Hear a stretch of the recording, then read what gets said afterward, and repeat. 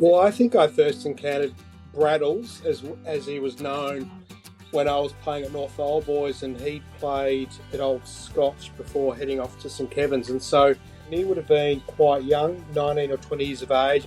Mark started the same year I did, so we were both new down to the Big V scene. I noticed him immediately because he had a cracking rig. He was really well built, really solid, and looked like the complete footballer.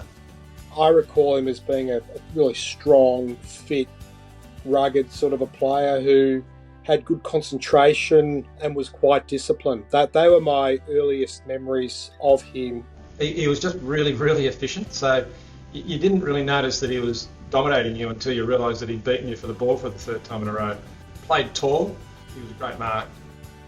And then, of course, we played in VAFA state teams for somewhere between 1990 and 1994. I think we would have had 3 years together, and I recall him in a similar vein, really disciplined, could play in a number of different positions.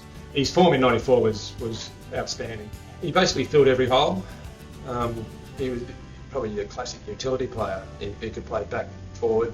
I just remember him being as a terrifically strong defensive player, especially attacking out of the back line. You know, we used to call him Conan the Barbarian, really strong, physical attributes. He was really hard to move once he had his head over the ball. Strong in the air, strong over the ground, reliable, dependable, great person to be with.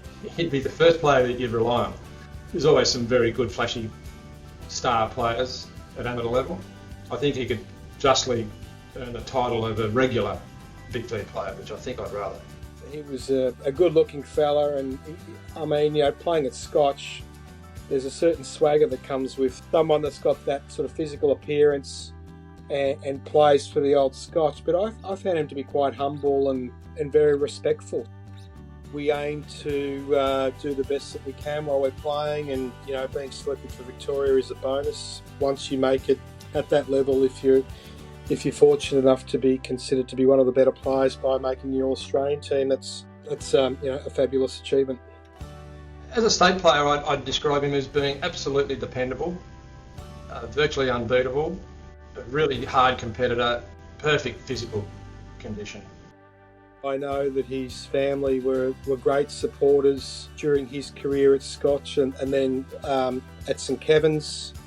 And so, you know, I think he's remained loyal to the competition. It means a lot to him. So I think an honour like this would be tremendously received by him.